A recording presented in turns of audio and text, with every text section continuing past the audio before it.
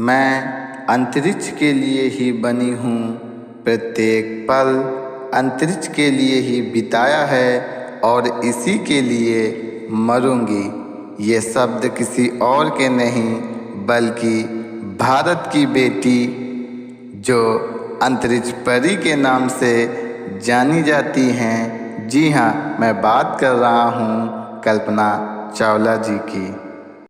सपने तो सभी देखते हैं, लेकिन ऐसे साहसी लोगों की संख्या बहुत कम होती है जो सपनों को पूरा करते हैं। कल्पना चावला साहस और संघर्ष की एक ऐसी ही प्रतिमूर्ति हैं जिन्होंने अंतरिक्ष में जाने के अपने बचपन के सपने को सच कर दिखाया। अपनी उपलब्धियों के कारण आज न केवल नासा और भारत को बल्कि पूरे विश्व को उन पर गर्व है। भारत की बेटी और अंतरिक्ष परी के नाम से प्रसिद्ध अंतरिक्ष यात्री कल्पना चावला का जन्म 1 जुलाई 1961 को हरियाणा राज्य के करनाल जिले में हुआ था। उनके पिता का नाम श्री बनारसी लाल तथा माता का नाम श्रीमती संज्योति चावला है। उनकी स्कूली शिक्षा करनाल के टैगोर बाल निकेतन स्कूल में संपन्न हुई।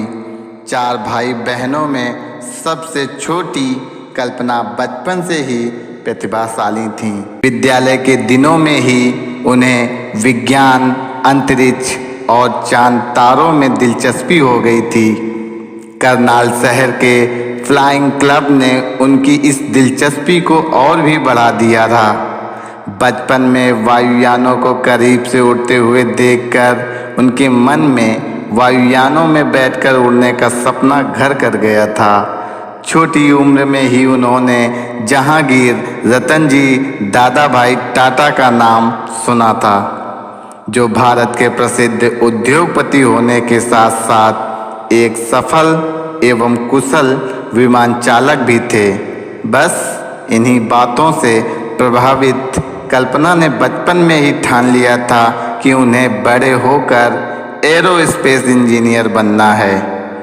हालांकि उनके पिता उन्हें चिकित्सक या शिक्षिका बनते हुए देखना चाहते थे, पर कल्पना की कल्पना में तो केवल अंतरिक्ष ही था।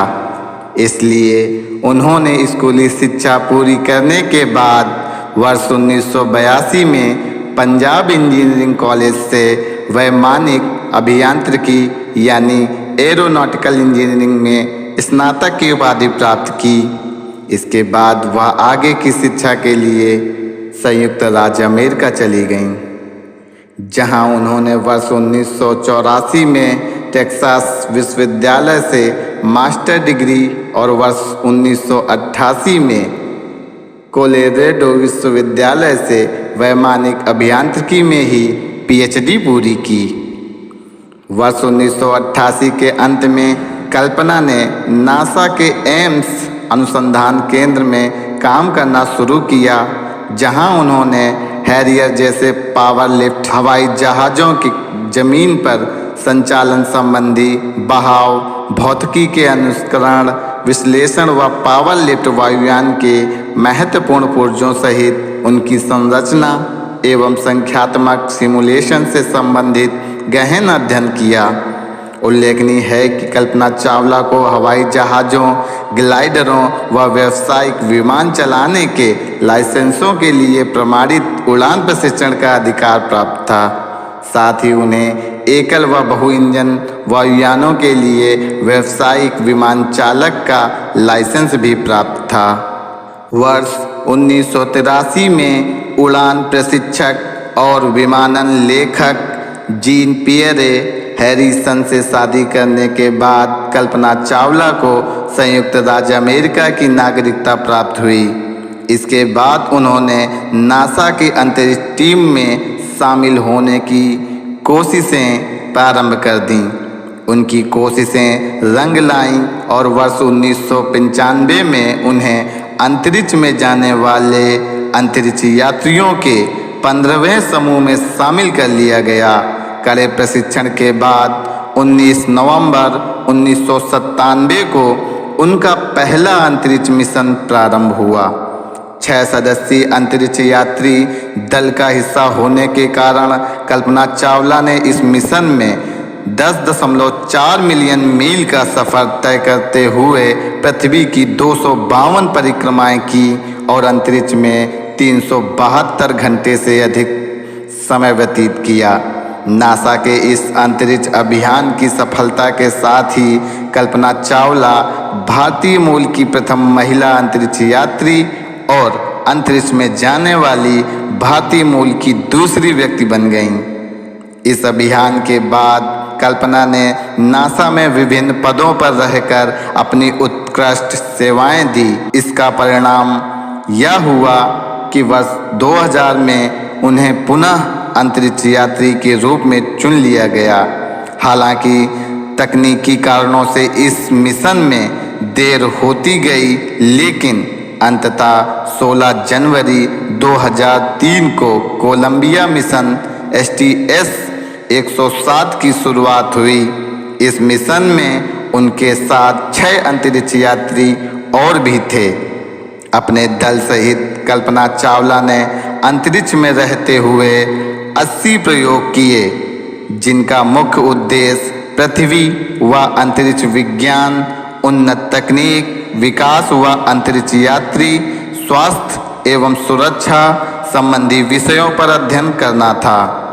16 दिन अंतरिक्ष में बिताने के बाद कोलंबिया यान ने पृथ्वी की ओर कूच किया, परंतु पृथ्वी पर उतरने से पूर्व ही उस यान का संपर्क मिशन नियंत्रण कक्षा से टूट गया।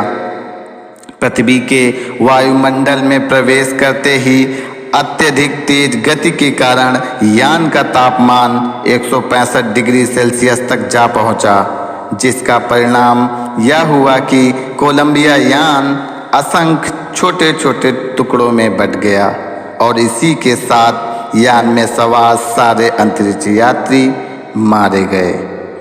इस प्रकार कल्पना चावला की दूसरी अंतरिक्ष यात्रा उनकी अंतिम यात्रा सिद्ध हुई।